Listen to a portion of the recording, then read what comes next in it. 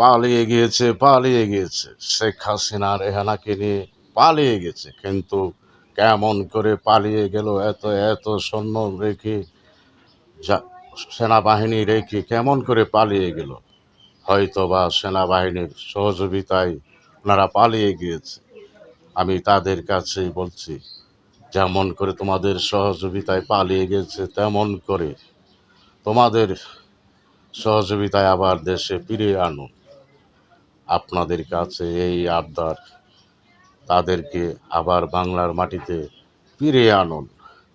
তাদের আইনগতভাবে বিচারের আওতায় নিয়ে আসুন।